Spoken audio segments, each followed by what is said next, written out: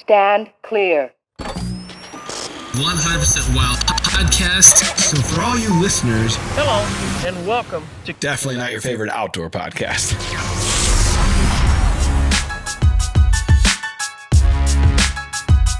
What's up, everybody? Welcome back to another episode of Working Class on DeerCast. Wait a minute. I got the wrong show. This is the 100% Wild Podcast. You're Tim Chelsvik. And you're powered by DeerCast, Matt Drury. That's right. We got two special guests in studio today. We actually got about 20 special guests in studio, but we got two on the set. We got Mark and Terry Drury in the house. Hi, guys. What's up? Which is the reason you said working class. Right. That's right. Yeah, that's right. Blood, sweat, and tears, baby. So we had a chance here. We get asked all the time for, it's strange that people don't want more of Tim and I. They want more of Still Terry don't and Mark. understand it, yeah. But for some reason they do. They want to hear you guys and kind of go down memory lane a little bit. And we've had the opportunity to have you guys on a umpteen times individually, but not many times where it's just the two of you. So we have the full Drury Outdoors company here in the studio today, and we figured while we had this chance, let's take it and jump on and shoot a podcast real quick. Beautiful. Yeah. So whether this is allowable by law, I don't know.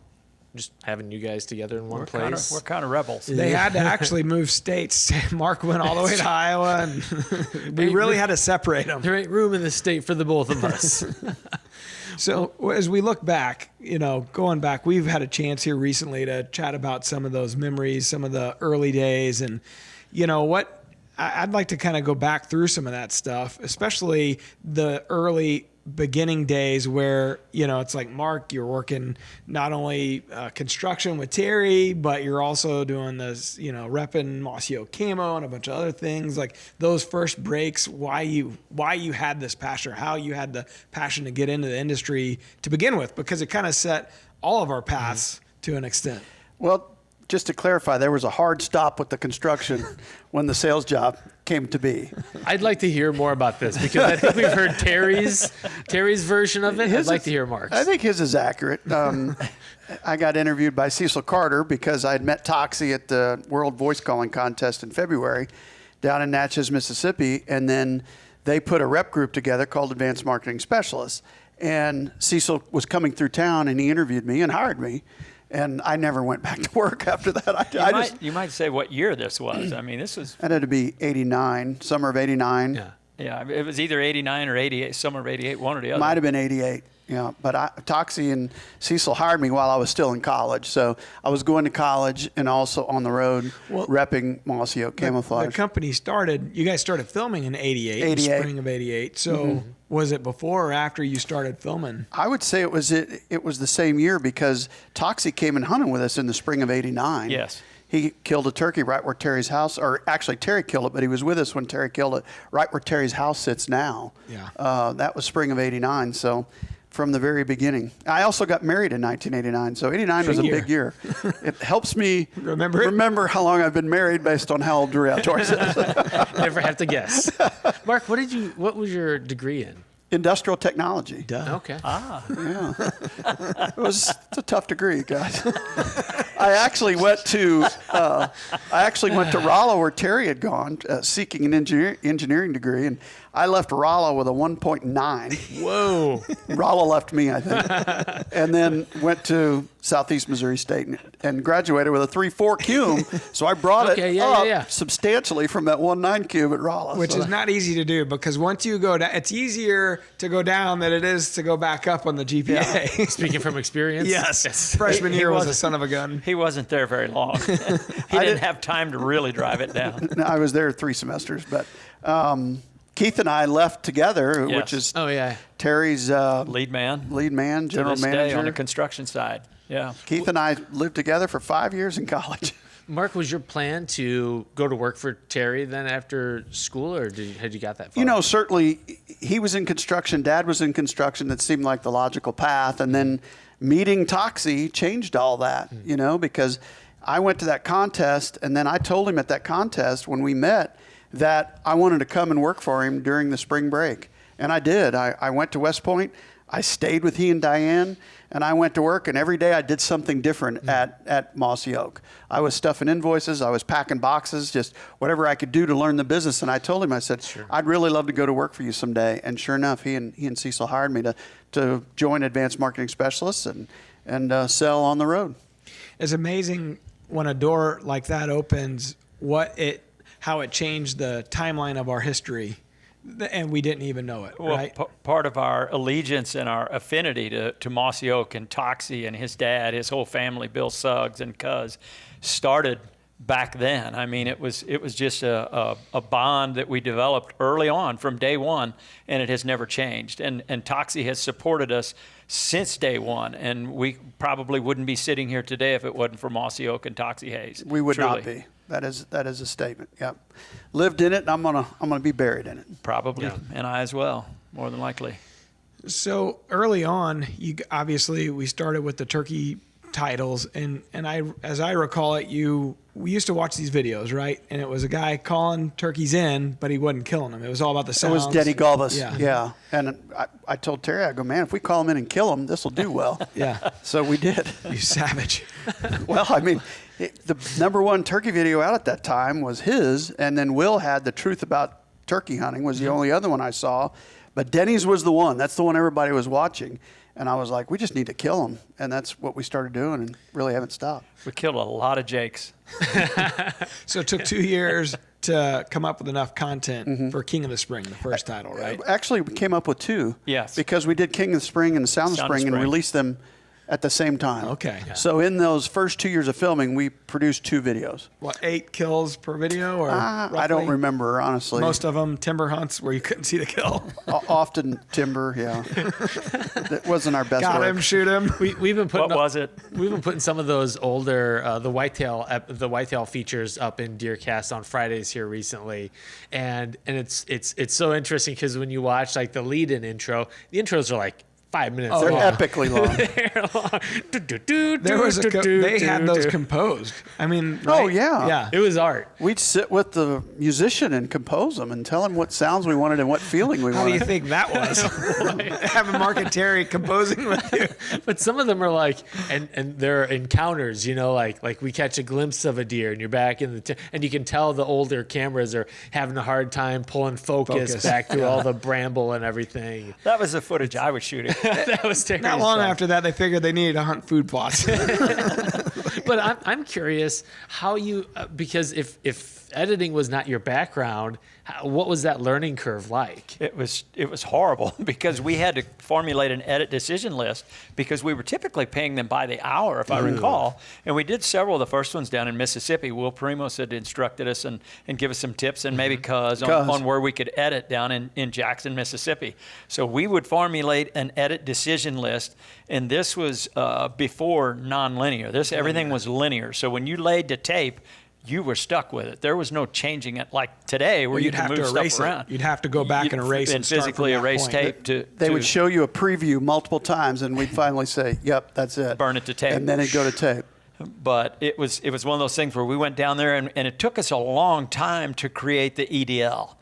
Saying, okay, you're going to cut here at 10:22:15, and then you're going to come back in at another time, and we would say 30 frame dissolve, 60 frame, 90 frame, or cut, or some kind of transition. We had all of that written in those EDLs. And in the beginning, you guys would just have the video camera tied into the TV, and that's how you were rewinding and fast forwarding. Oh, that's right? how we made the EDL. Yeah. Yeah, you were watching it. So you had a camera, you were at a small TV. Yes. I mean, a lot of times it was those little. About that big. Yeah, they were tiny. Because we couldn't afford a deck. Yeah. Because all we had was the one camera. That's how we started Drury Outdoors. We bought. I called Cuz. I go, what do we need? And he said, you need an AG 450 from Panasonic. So I told Terry, I go, they're $2,500. If you'll throw in half, I'll throw in half, and that's how Drury Outdoors began. I don't remember seeing your half. So Here we go. We were talking about this Friday, I think. So there was a knock at the door, right? You came over to your house, To my house, yes. which is ended up you bought from. I ended him up when buying he his built house, yeah. Eventually, yeah. So knocked on the door and said, "Hey, we need to do this." Same place he proposed to Tracy Same place. at my house. Yep. Yeah. So how did you guys? Because the question is, how did you finance the first videos?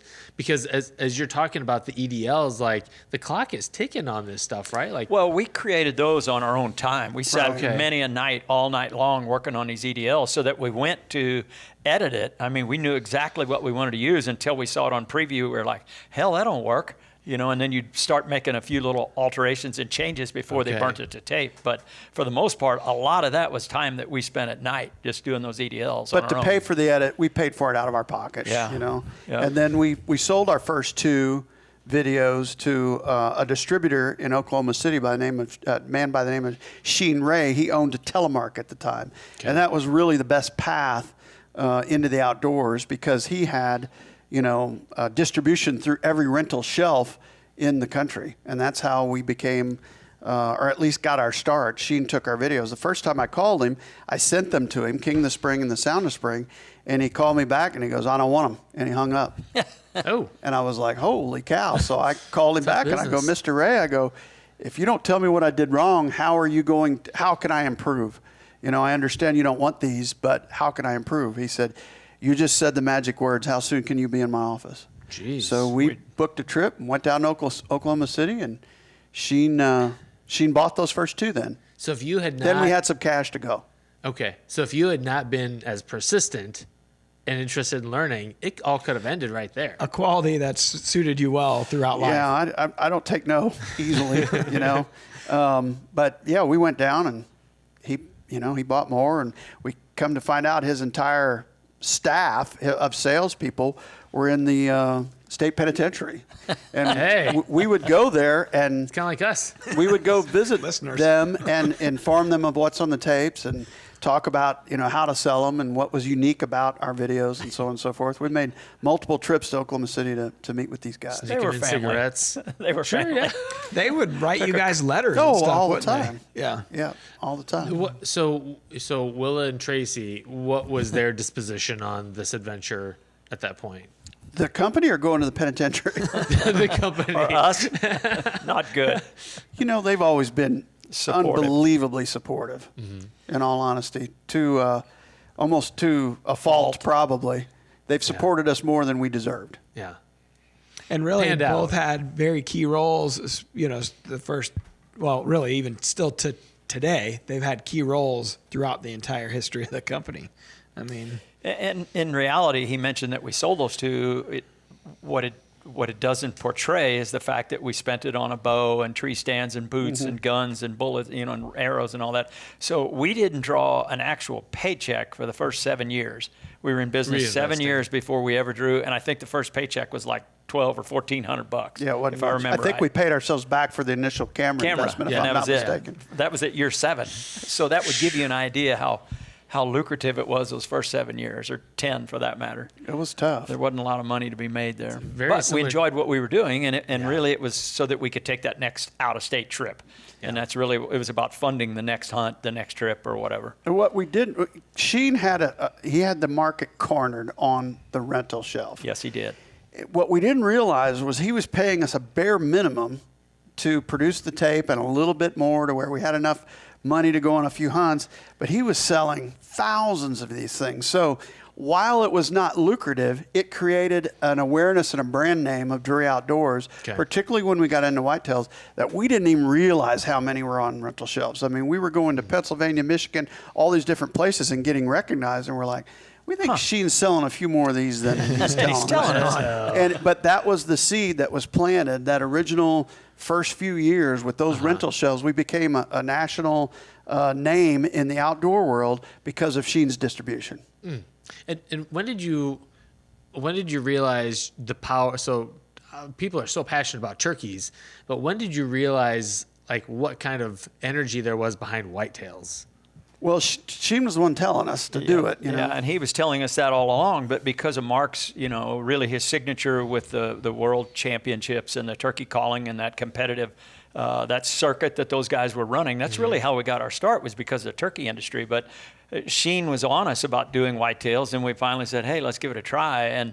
And the first few years were good, but they weren't great. I mean, we weren't killing record status deer because of where we grew up down in Bloomsdale and the type of deer we were hunting. It was hard for us to pass a deer per se back then. So we weren't killing giants. We thought they were big. You know, a 140-inch deer to us was a monster. I mean, the first one we saw, first one you killed was 144 inches. We thought we'd killed a booner. Yeah. Really did. We're 30 years too late, Tim. We could have really succeeded in the late 80s, early 90s. Story of my life. That's a true story. And we celebrated a long time on that first 144-inch deer. But it evolved much like everything else, you know, as we continue to get into the whitetail world a little heavier, and then switched from not only the rental shelf, but then decided to go to the retail market. Part of that was the departure with Sheen, and part of it was just the way the nature of the industry was. But we started going into retail, and the whitetail was really where we had to be at, in addition to turkey. Yeah. And that really kind of set the tone. It did. Really, it was when we did monster bucks that we understood just how the power of the whitetail world. This is an interesting caveat to it. It's not the monster bucks, the Realtree monster bucks, the Bill Jordan monster bucks. It was, you guys were first to market with that name, right? We had prior art on it by 1 month, and we both were out there in unison for 3 years. We did Monster Bucks 1, 2, and 3. They did Monster Bucks of North America was their first one. Then they did 2 and 3. And then finally we worked together, and Bill said, really, we don't both need to be in the marketplace because both are performing quite well. And we were getting off the title anyway, honestly, because we liked a lot of variety in our titles. So we came to an arrangement with Realtree, and they bought the mark from us. Huh. This is a very in the weeds question, but you know, I think about whenever we go out to film, I'm thinking about batteries and how long do I have, like how much footage can I store? What kind of time frame were you guys on those batteries back then, on those cameras? How much time did you have, and how did you have to be miserly with the footage that you were taking? And yeah, the batteries were bigger, obviously. So, yeah, we were very, very conservative with it. And usually in the middle of a hunt, when you had a deer or something coming in, you'd go, oh, my God, this thing's going dead. And they would go dead like that. So you were like scrambling, trying to switch batteries. And they were lead acid batteries. And how big were they? Oh, they were about that long, about that thick, and about that wide. Yeah, they were pretty good size. They were decent But you size. could only shove so many in your cargo pockets, you know. We'd have 3 or 4 with us, so, you know. Yeah. But it wasn't too bad. And we had camera arms on trees. We were packing camera arms in. And back then, you guys were designing the camera arms. Well, and a lot of them didn't manufacturing have, you know, they didn't have image stabilization, so you were stuck. If every little bolt or jolt or jog was in there, and it was laid to tape, so there was no getting it out. So because they didn't have image stabilization,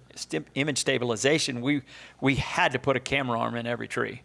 But once it came out, once stabilization came out, the camera arms went away immediately. Yeah, like, sure. Yeah. Which became a trademark to our footage. Like everyone else remained on some sort of tripod, and our look changed because we were like, we're handcuffed with these camera arms. We're missing footage. So we just handheld everything, and that became one of the looks that differentiated us from a lot of the different other producers out there. And anybody that's tried to do that, it is, even with the stabilization, it still isn't easy, you know, because it's catching your breathing. If you're breathing, the guys, you know, Wade, Forrest, Perry, Scott, all those guys that film for us, they do such a good job because it looks rock solid. It looks like it's on, you know, maybe minus a gunshot going off every once in a while and a bobble, but it looks rock steady the whole time. I haven't figured out how Wade can film like this and be rock solid the entire look time. At him, those arms, man. Yeah. He's just like a human tripod. His shirts are small. He's looking at us right we here. should mention we've got a live studio audience. We got all the guys in right now. Hey, guys, applaud. Thank you. Wow. I just piped it in. We heard one person. Be at a soundboard. Sounded like 50. Wow. So you know, I think you've hit a couple of the yardage markers up to this point, but I think one of the biggest would be when you guys killed that Illinois buck, the river buck over there. Fall of 98. October 30th, 98. Take us through that experience a little bit, and because it was at the time the largest ever captured on film, wild whitetail ever captured on film, right? Correct. That was Whitetail Madness 2. Is that correct? What did you I name think so. that deer? It didn't have one. It didn't have one. We didn't know the deer because there weren't trail camera photos. Terry just had found a giant track. He hung the set, and it was just, back then we would swap, like morning, you would hunt the evening, and then the following morning, then the next guy, we would rotate out. That way you were hunting every day. Sure. And it just so happened it was my day to hunt. But it was his stand. He scouted I'd never walked on the place before.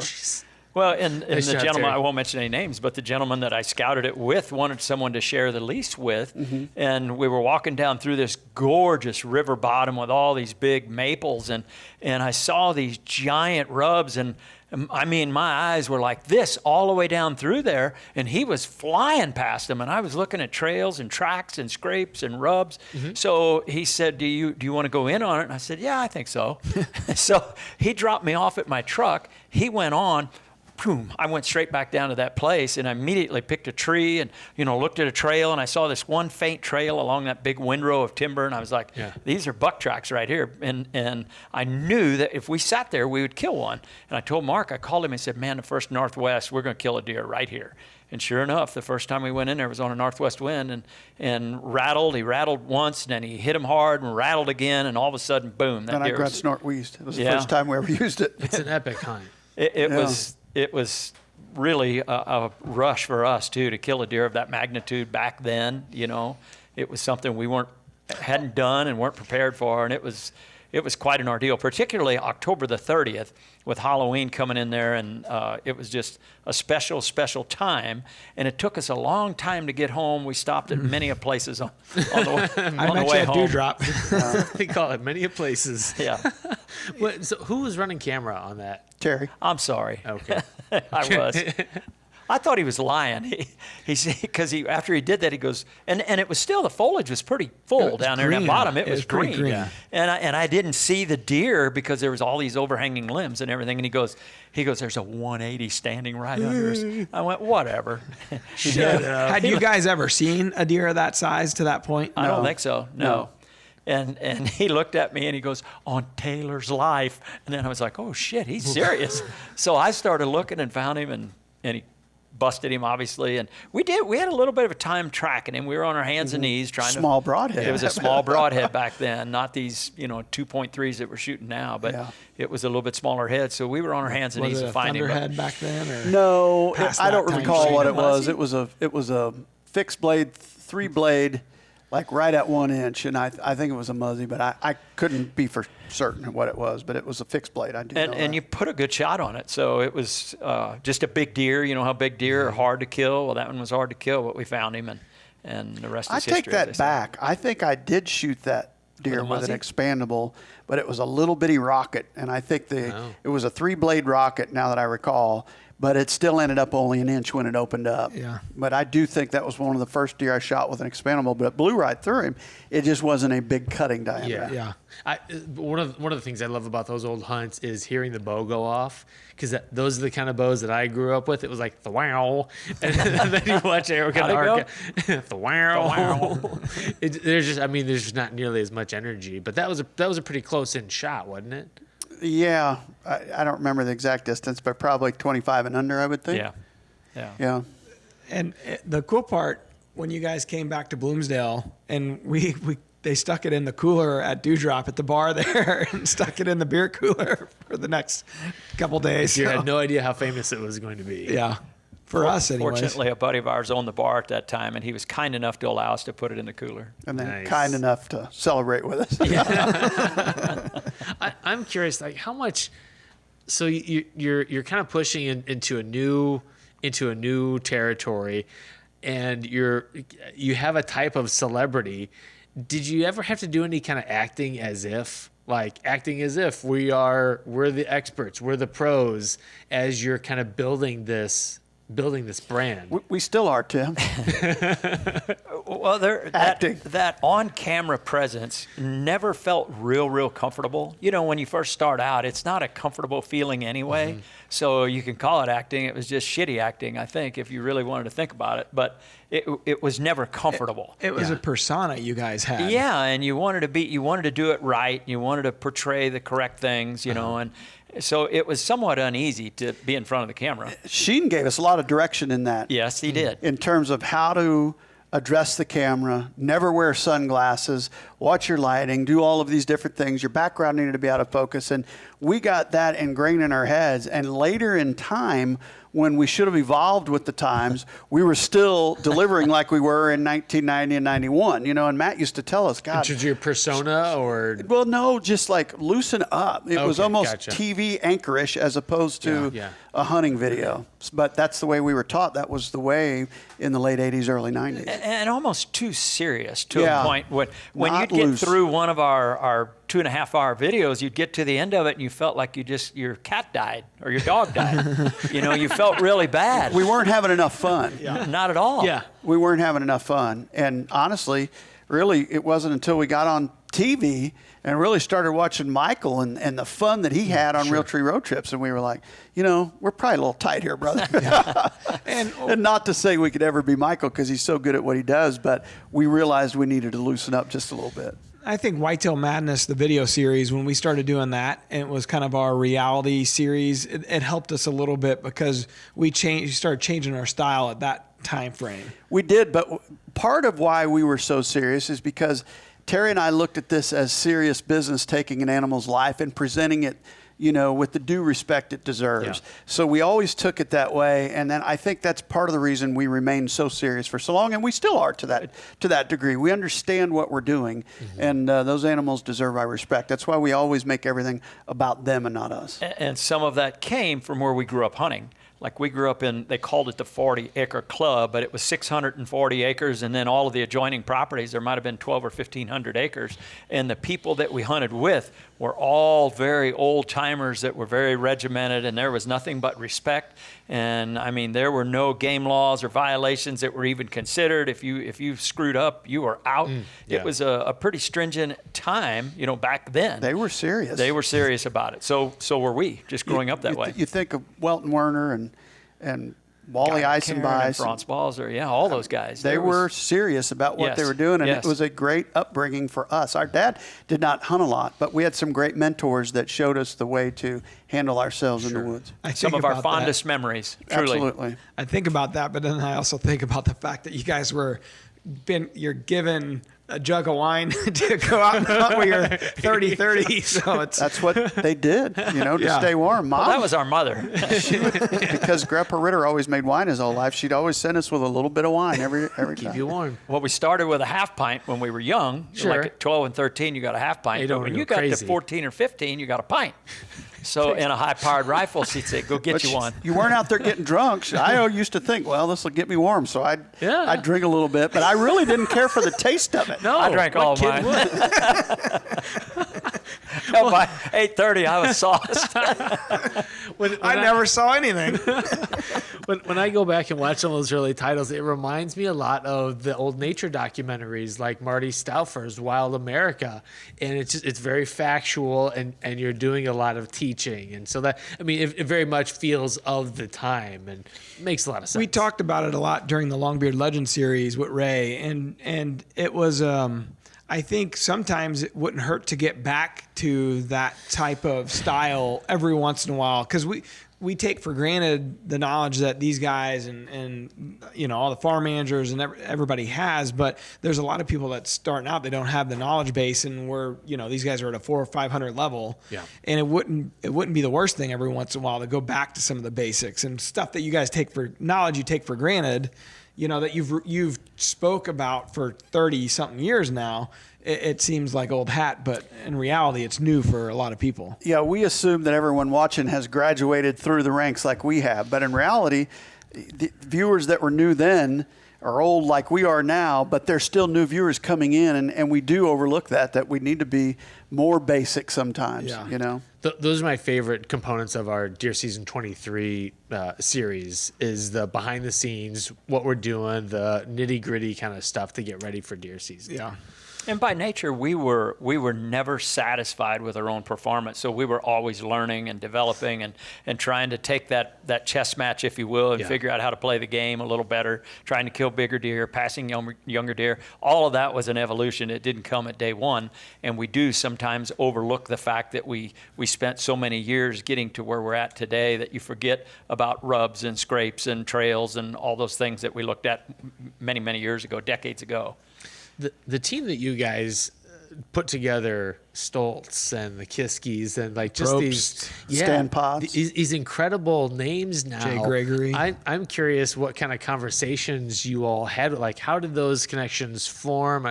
The calling circuit was a big one for some of these guys, but what were you telling them? What was the opportunity for them? How did you amass that group? You know, I honestly think everybody, particularly those names that you just mentioned, everybody had the same desire. Everybody wanted to kill a big deer. And and everybody wanted to get into the industry where they were filming those hunts, and they weren't necessarily about making a big living or money at it. They were just enthused with the process and the chess match. As a hunter, one, you want to kill a big deer. Number two, if you got it on camera, got it on film back then, that was a huge accomplishment, and it still is to this day. But I think it was as much about the desire to get it on camera, and we were one of the first ones to take on team members, I think, like that. And it was an avenue or a path for them to break into the industry, honestly. And back then, there were only a few set producers. A handful. So there was a barrier to entry. You couldn't get distribution. You couldn't get it on the retail shelf. There were only a few that were performing at that time. So it's much different now with YouTube or a lot of different avenues for people to put a hunt up. You can be a producer and go throw it on YouTube tomorrow if you want to. But back then, there was a barrier to entry. Yeah. Now it's almost like you're impressed when you find someone who hunts and doesn't have a YouTube channel. I don't know anybody that You don't does. film your hunt? But we were blessed to have some very key partners back in the day. Absolutely. The first video work Bill Winke ever did was within our series for Outdoor Life. Stan Potts started with us. Jay and Don. Stevie Stoltz is still with us. Yeah. You Matt know? edited Lee and Tiffany's first.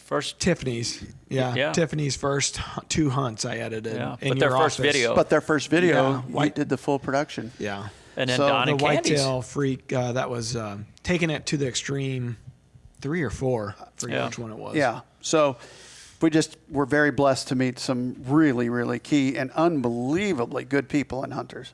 It's so cool. I don't remember what title it was, but Matt, it was your first buck, and Stan Dream season Potts 1. comes there at the day after to admire the deer. What a neat thing to have memorialized for your Of course, first buck. I didn't realize quite the nature of what that meant at the time. I didn't know. You were I was 15? 15, I think. Yeah.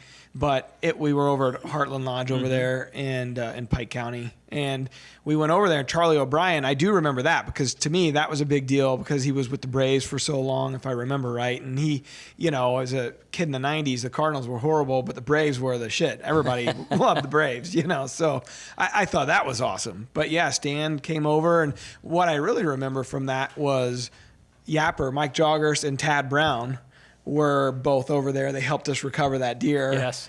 We went to the Pizza Hut afterwards. I've told the story before, but it was just, it's weird the things that you remember and those times together, which is why everybody loves hunting so much. It's all the memories together. That's what I remember most from that, besides the fact that Terry made me act like he wasn't in the tree with me. Talking about that acting. Yeah, It was pretty bad. He came up, he conjured up this what happened here? story. Yeah, he's like, all right, producing. you're going to meet me back of the truck. It's dark, he's got the truck lights on and he's messing around with his pack. He's like, you're going to say, I shot a deer. Because I'm going to say, where you been? And we did that like 10 times. And I'm 15, so I'm really not an actor. He goes, where you been? I was like, I shot one. You did? Yeah, he filmed it. You guys didn't have writers on the set coming up with lines for it? That was the Just best we doing- came up with. Wow. But ironically enough, Mike and Tad still 2 of our dearest friends. So tells you something about the allegiance, and the loyalty and the friendships that you develop. Those guys are still our 2 of our truly dearest Best friends. of friends. Yeah. When did celebrities start noticing you guys and connecting, like like people outside of the hunting industry start connecting with you all? Actually, as far back as Matt's talking about, that's when we met Will Clark and Jim Tomey and Charlie O'Brien, and it dates way back then. But to Mark's point and our point a while ago about people wanting to bust into that industry, there weren't many of them doing it. Mm-hmm. So having a video series and that sort of thing was a big deal. And for whatever reason, it lines up really well with ball players, baseball guys, because, they play all summer and then if they're in the playoffs, they might run into the fall, but for the most part, most of those teams are not. So they've got time off in the fall, and then spring training, they're obviously back at it again. So it lined up quite well to the baseball guys. So we met a lot of those guys early on. And many of those baseball guys would burn the time on their flights watching our DVDs Yes. and their laptops. Yes. We learned that through the Cardinals, and I guess that's how they got to know us, And going back that far, what we didn't touch on so you talked about the rental shelves, and then it got into retail, but right around that time, mid to late 90s, I guess, you guys started doing affinity marketing programs with North American Hunting Club. Yeah, so it was Field and Stream, Outdoor Life, NRA. First, it was North American Hunting Club. Then the two gentlemen that were ahead of that program started their own business, and that's when it expanded to NRA, Outdoor Life, Field and Stream. And millions of titles rolled out through They were that our Walmart, if you will. Yeah. Many of our competitors were on the Walmart shelf. We never went there, at least during that period, because of these guys, and they wanted to do this in affinity marketing, and it just was a huge chapter for us, and then television on its heels, and then the brand was rolling along pretty good at that point. So at that point, they are basically marketing these guys in Drury Outdoors. It was skinned as their own content, like NRA or Outdoor Life or whatever, but it was these guys producing it. Mm-hmm. So they're making a name for themselves and getting, a big marketing boost through these programs, because a lot of people are getting the titles during that period. Much like what Sheen did on the rental shelf, TN was kind of a little bit of a springboard as far as the actual outside, almost on to a retail level, if you will. We don't have any idea how many numbers they actually sold, but it was a substantial amount of videos, so there was a lot of recognition that came through that and branding. Do you guys remember the first time you were really starstruck by someone who, like a celebrity who knew who you were? For me, that was Gary LaVox, because Daryl Degg called me one day and he goes, "Man, I was with the guys at Rascal Flatts, and Gary, the lead singer, is wanting to meet you." I said, "What?" I said, "You got," and this is back when Flats was, number one in the country and selling everything out, and I was like, "That's impossible." He said, "No, here's his number." So I texted him and then met him at a show, and I was pretty starstruck by Gary back then, because Rascal Flatts was a big deal. They still are, Mine was Will Clark. Like the first time he came up and introduced himself, he knew our names and everything, and I was starstruck because Will the Thrill was a big name here in St. Louis at that time. He was playing for San Francisco Giants, and they got into a big brawl, him and Ozzie and Jose Oquendo, if I remember right. Yeah. And so his name was pretty huge in St. Louis. So not well liked. He went from one of the most disliked to one of the most beloved. If you recall, Mark McGuire went down and Will Clark came aboard, and I think they were playing at Montreal at the time, and he went 3 for 4, hit a home run, and he took us into the playoff that year. Yeah. Retired the next. Yeah, he sure did. Retired at the end of that year. Yeah. There was another moment we were at Opryland for the NWTF, and Taylor and I were walking through, and she was a little bitty girl. Yeah. And Troy Gentry walked by, and he goes, "Hey, Taylor. Hey, Mark. How you doing?" And I had never met him before, and I was like, "I'll be doggone. That's pretty cool." You got something here. We stopped and talked to him a little bit, but that was neat. And I remained in touch with Troy after that, until we lost him tragically, obviously. So, but we never thought of ourselves as like, no. All we were trying to do was kill another deer. Feed our families, kill another deer, put out good productions, take care of our employees. We weren't. Those were our reasons we were doing it. I think one of the cool things is to see the expansion of the company through time, kind of as a not only sitting back and watching it from as a family member, but then get to work with you guys. If you think about it, I remember the days you were going to the studios. So you started out down there in Jackson, Mississippi, editing titles in a van, right? Mm-hmm. Yes. Like a news van. And then at some point you transition to doing it there in St. Louis and at the Vision Factory. I remember the Vision Factory because I remember going with you to some of those edit sessions, and it was a phenomenal. I mean, it was a cool studio. It was an awesome pretty experience. professional. Their family was part of the 7-Up Corporation. Their dad was one of the founders of the 7-Up Corporation. So I think when he sold, was it to PepsiCo maybe, or however that went, they were not afraid to spend money and build a phenomenal editing facility or post house, and it was beautiful. Over by the Galleria in St. Louis, yes, right? wasn't far. Yes. Jeff Ridgway and Mike Wolf. Yes. Yeah. And so, I mean, I remember those times, and then to hiring your first guy down there in Bloomsdale, and then, of course, transitioning to the office we had in St. Peter's, and then this. It's been fun to watch that, even starting to have the farms and farm managers and camera guys, and that evolved, in the 2000s quite a bit into what it is today. It's been neat to get to see that.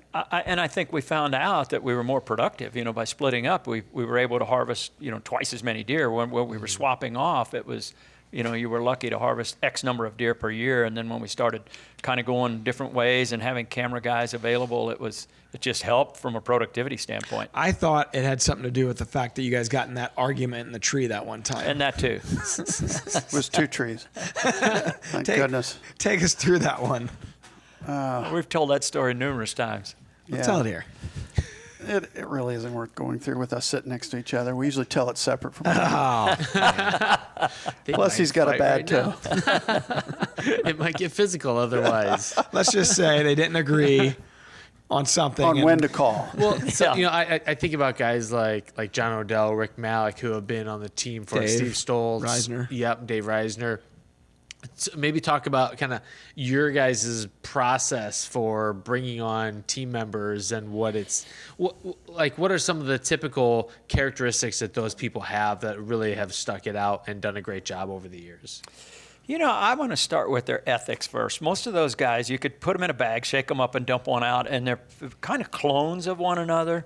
They're all pretty good guys deep down. They're all friends of ours. So there was a certain amount that really kind of pivoted on the relationship, number one, and how they presented themselves. We wanted to make sure that we were represented well, and we feel like those guys do a good job of that. But they were also hunters, and they were passionate about what they do.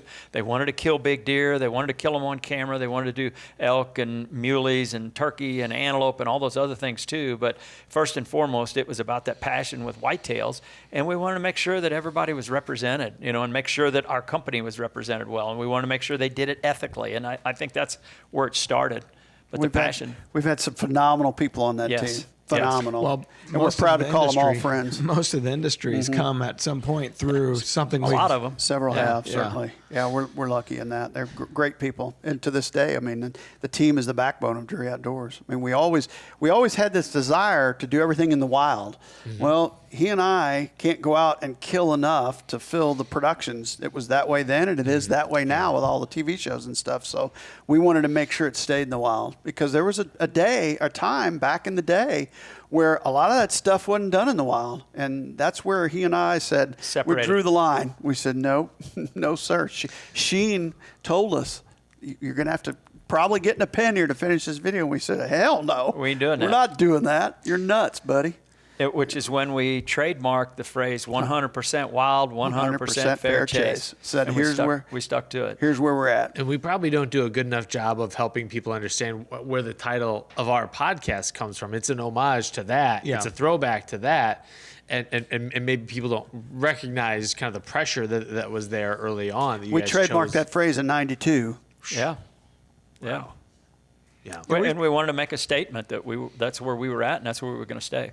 And there were, you talked about the pressure at the time. What was it, like the 90s, early 90s or the mid 90s? There was a couple guys kind of getting in trouble for doing some of that stuff. And, we said, well, we're not going to go on film and point and go, this guy did that and that, but we can say, here's the way we do it. Yeah. It was almost a bit of a dare.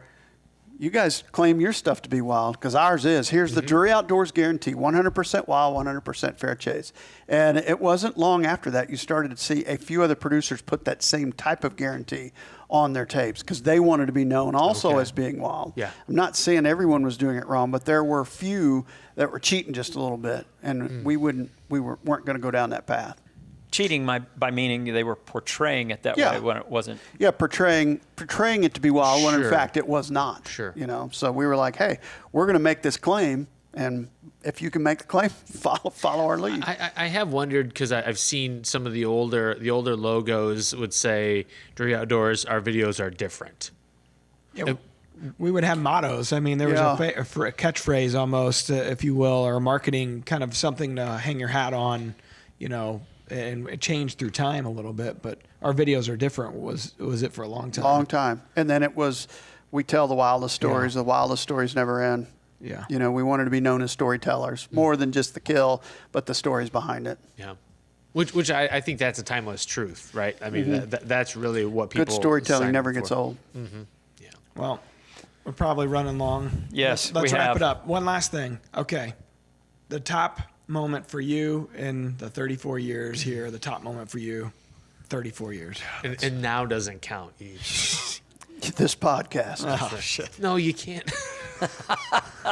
And I'd have to second that. It's this podcast. Come on, give us something to go off of here. For me, it was Taylor's first bow kill. That was a big moment for me as a dad, to see her take that deer and make a good shot with her bow. We had worked and she had worked so hard to get to where she could pull 30 pounds and be legal. That was a big moment for me. I shed some tears that night in the tree. And how old was she? 10? I 9? think she was 12 when 12? she shot that first deer with a bow. And mine probably was when you shot that first deer with a bow, Matt. It really was, because I ruined you early on with a gun.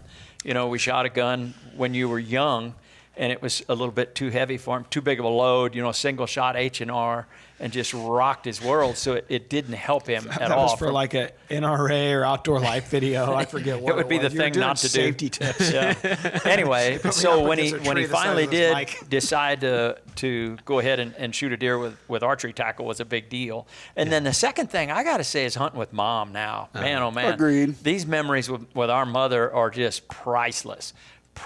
And thanks to Wade and Perry and Forrest for being so patient with our mom, because she's funny to hunt with, but it is also a little challenging. She's 90 this year, and she wants to do it again. She killed one at 89, 88, and I don't know, when did she start, 85 or 86, something? I thought, with you. Yeah, I thought. probably so. We're talking Was it long age, after Grandpa 85, passed? 86. It was right after Dad passed. So these are Well, no, he big was moments. 86 when he passed, so she'd have been like 84. Yeah. Okay. So seeing her is just an absolute blast. I mean, it's a lot of fun, but it is a little bit a challenge. Sure, definitely. You guys screw with her so much. We do. It's We really not do. even. You got to help us drag this deer out of this Sometimes ditch. unintentionally. But that's been that way. We'd always have family vacations now, like those ours together, and Christmases and Thanksgivings. I mean, it's a really close family. So these guys have been like that with her from the beginning. I mean, it's always been them messing with her. We've always jacked around with Mom. Always. She's a blast. That time that I forgot to load her gun, and that big 10-point was standing right in front of me, her, and Wade. And I mean, we tried and tried and tried. We'd had several deer slip through our grasp, and then finally one standing there still, and she pulls the trigger, and I'd forgot to load the gun. And I felt so bad. And I grabbed her by the shoulders, and I said, "Mom, that's on me." And she goes, "No shit." Said, "I'm sorry, that is on me." No shit. Right there on film, Wade and I died laughing. We really need to make a 3-minute clip out of that Yeah. for those 3-minute edits we're doing, or just do a reel with Yeah. that reaction of hers. It would do so well. We had her on the podcast after that, and she talked about it. It was funny. Yeah. Because Mom's never been one to mince words with Terry or I. She'll With tell you what anybody, really. I love when you knew she was mad, too, that day that she was mad at you guys in the blind, and you go, "Mom, who are you mad at?" And she goes, "You and you." Pointing to you and Wade. There was only 3 of us in the blind. She pointed at both I of got us. a real problem with you people. Yeah, Oh, well, here's to more memories in the field. that's right. Amen. We got a long road ahead, and we're excited to get rolling on it. Heck yeah. All right, guys, let's wrap this up. That's it. Yeah. All right. Thanks for coming in just for this. Appreciate you having us. All right. Until next time, peace out. See ya. DeerCast is now supercharged with maps. Get ahead of your game with killer new features like live Doppler radar, wind check out to 5 days, virtual rain gauges, GPS path tracking, and more. Plus, get our 14-day revolutionary DeerCast prediction and access to DeerCast Track. Prep, predict, and pursue with DeerCast. We're adding new videos every week, so make sure to click that subscribe button and check out all of our amazing content. This episode of DoD TV is brought to you by DeerCast. Prep, predict, and pursue your target buck.